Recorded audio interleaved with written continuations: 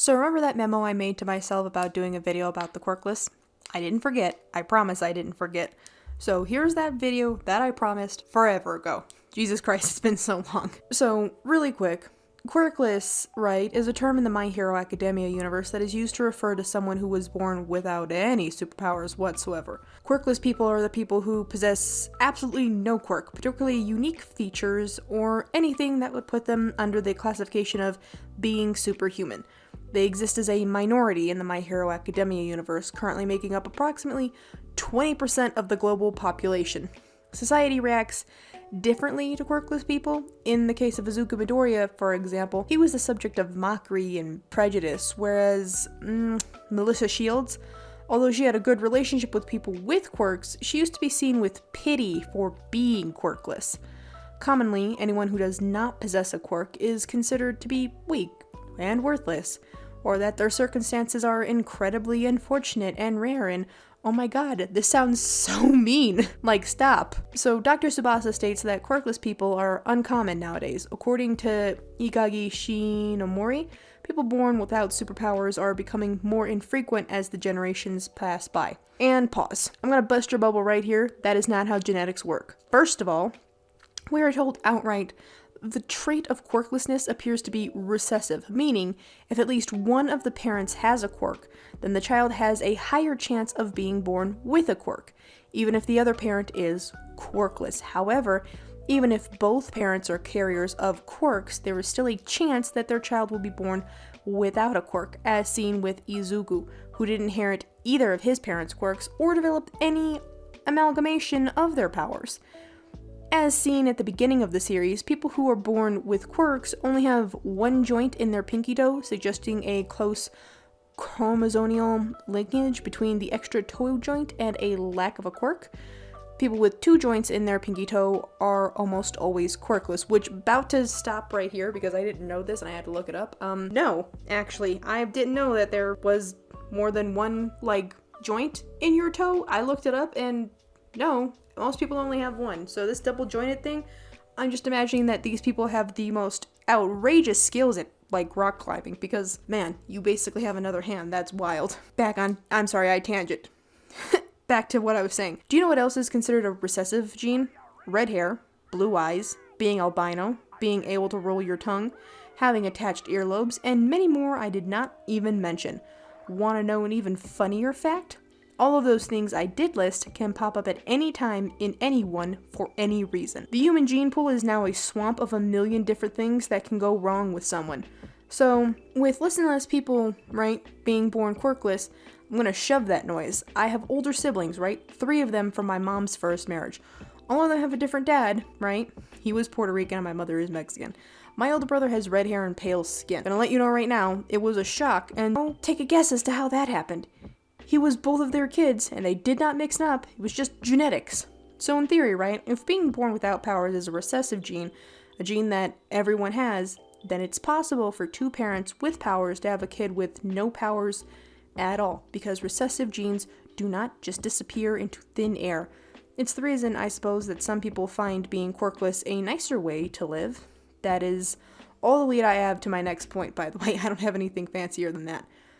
It is possible for a person to lose their quirk. One way this is possible is if an individual requires a certain body part to activate their quirk. It's possible to render them functionally quirkless by severing or destroying said anatomy.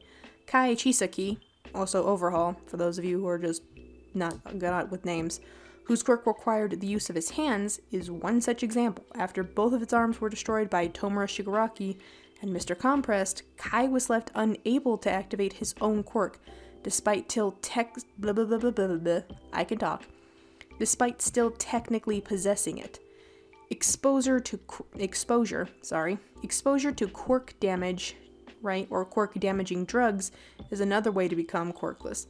A person can lose their quirk by being subjected to drugs that can damage their quirk factor. The Yakuza group, the Shihaseki, developed a quirk-destroying drug using the genetic material from a girl named Eri, which, you know what, Eri is the softest bean in this whole entire show. So, I'm never gonna do a video on Eri because I love Eri too much. I refuse. I'm sure I will be, though. just to make sure I rounded out the series. I'm a horrible person, I'm sorry.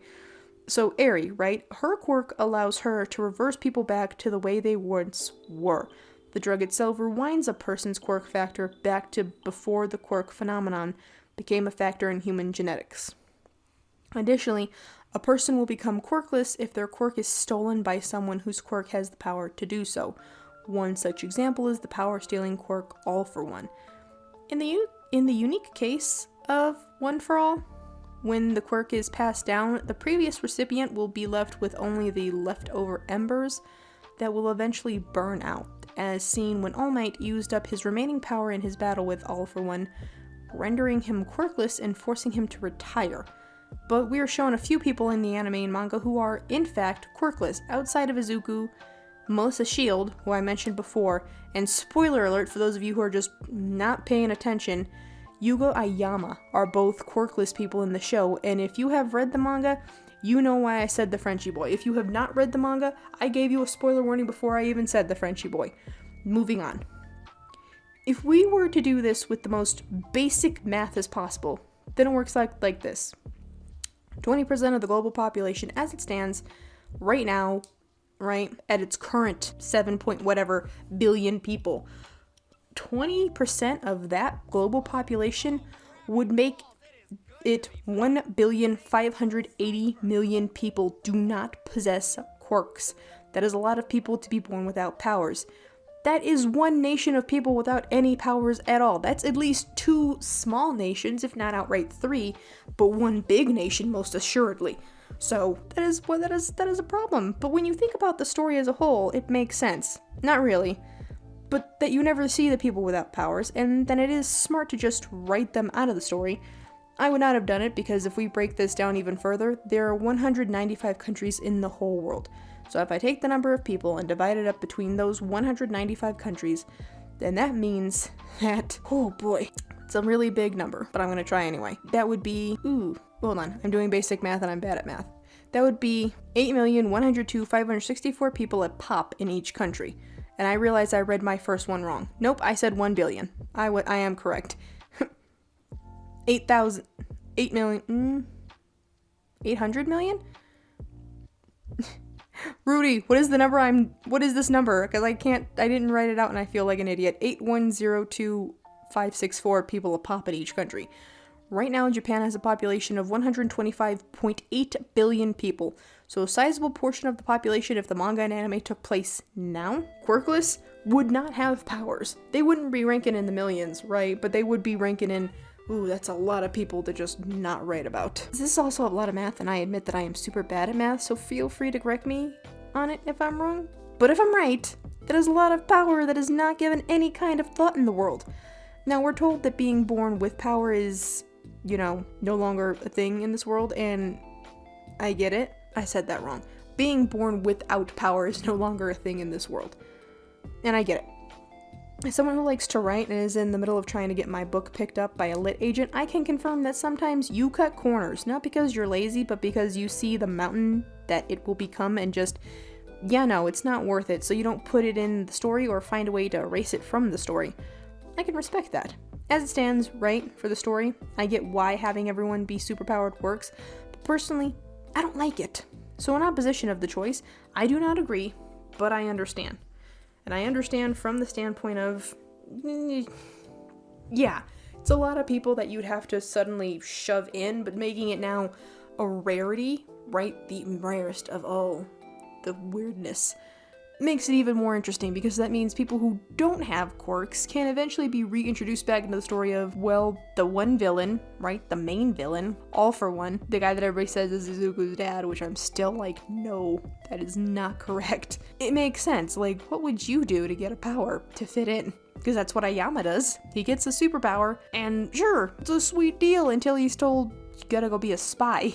Then he's like, oh no, I don't want to be a spy. And you feel bad for him. Jesus Christ, do you feel bad for that kid? Memo to me, actually. Make a video about Ayama. Memo to that memo. Find out when Rudy's birthday is so that way I can give him a Christmas present. And also a birthday present because I missed out on Christmas. Also memo to that memo to that memo. Make sure that I figure out the next video to do because I am now just blanking on the next video. Thank you guys so much for showing up. Have a wonderful rest of your day. Bye-bye.